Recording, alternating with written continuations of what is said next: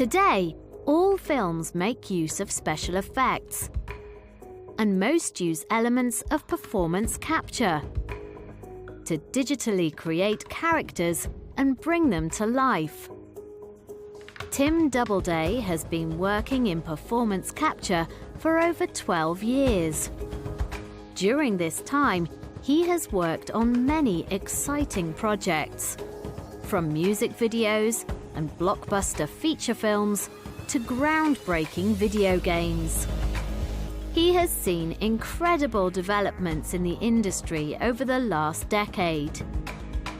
But however much the cameras and computers improve, the basic process of trying to capture an actor's movements and translate these into an expressive digital character remains the same.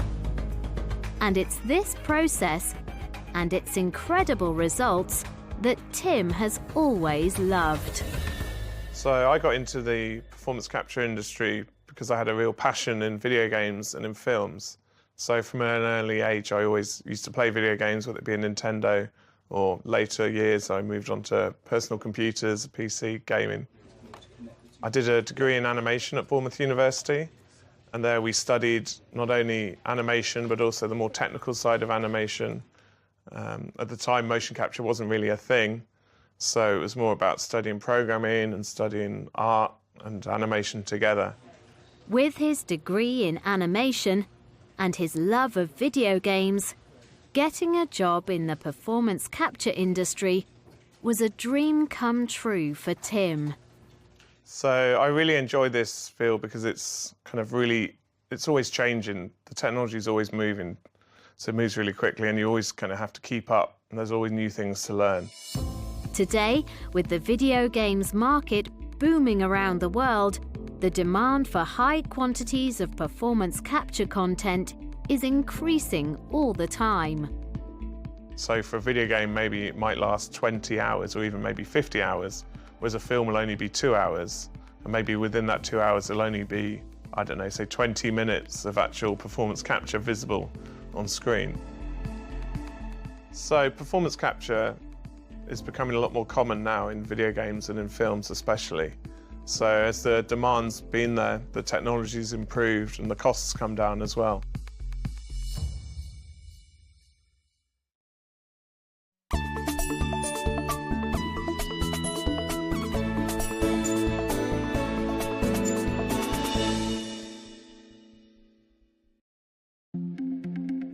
Modern performance capture technology is so good that sometimes we have to remind ourselves that many of the characters we see on our cinema and video game screens aren't real at all.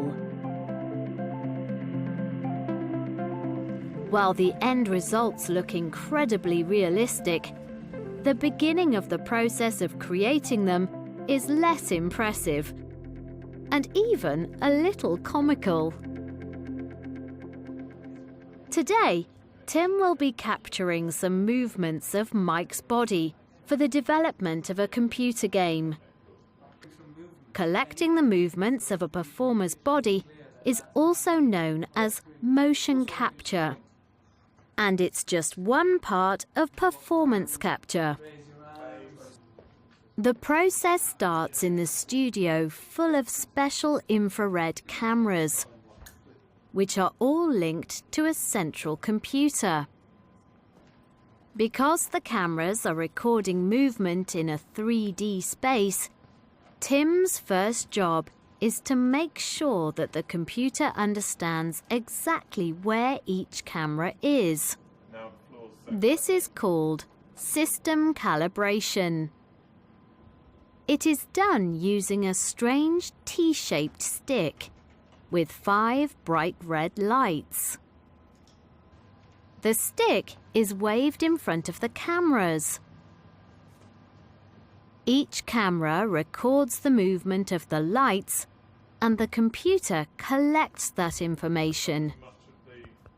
Tim watches this on his computer screen. Recording. When the system has collected enough data, the camera light turns green. When all the camera lights are green, the system is ready. Mike puts on a skin-tight black suit, and then he has to show the cameras and computer what his body looks like.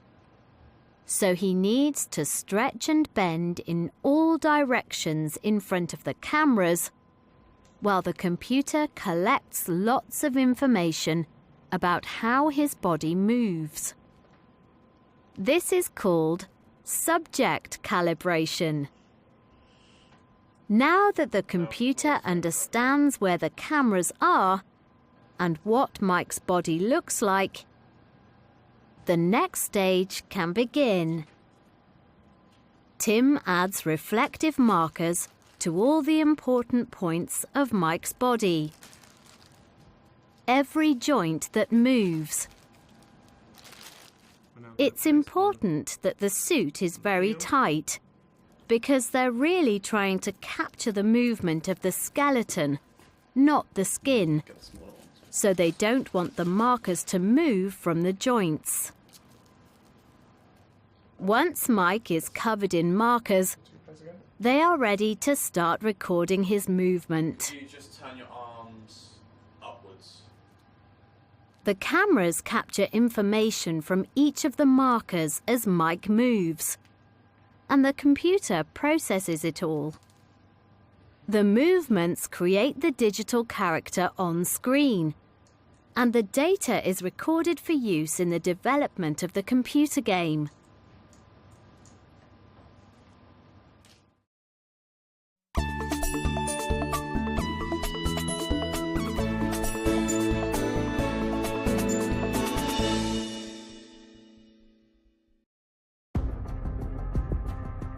Recording the physical movements of a person in a studio is only one stage in the performance capture process.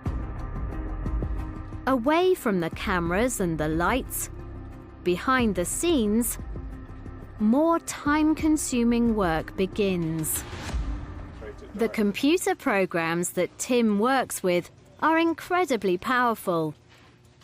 They process and translate all the data captured in the studio to create a moving digital skeleton. But often, the cameras haven't recorded all the markers. Or maybe one has fallen off the suit. So the computer doesn't have all the data it needs, and the skeleton doesn't move correctly. So the first thing Tim does is to check and add any missing data himself. This can take a long time, and it is especially difficult when there's more than one person in the scene.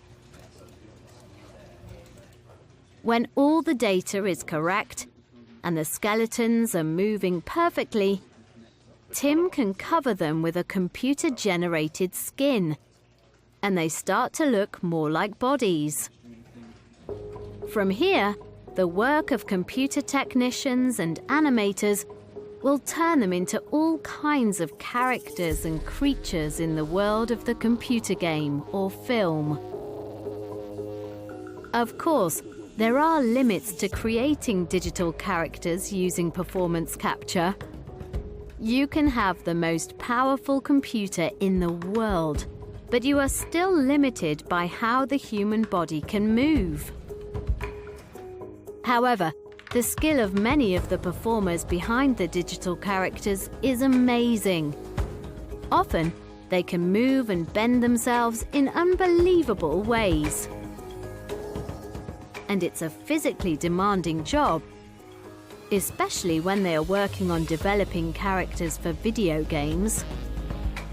Performers have to repeat the same actions again and again in slightly different ways, so that the video game players have lots of different options. A character might cross a river, or they might fall in the river. The performer has to do both. So an actor's performance is everything to us, really. The technology can only take us so far. It's really down to the performance of the actors to carry the scene and to carry the performance across. So, for example, you might have somebody walking across the stage and they might just do a normal average walk, whereas if someone's really put some life into that walk, it's going to be a lot more appealing. So in terms of the technology, we really like to take a step back and let the actors come through and deliver their performance as naturally and kind of in a most natural way possible. With his years of experience in the industry, Tim knows better than anyone that it is the performers, not technology, that are really the heart of performance capture.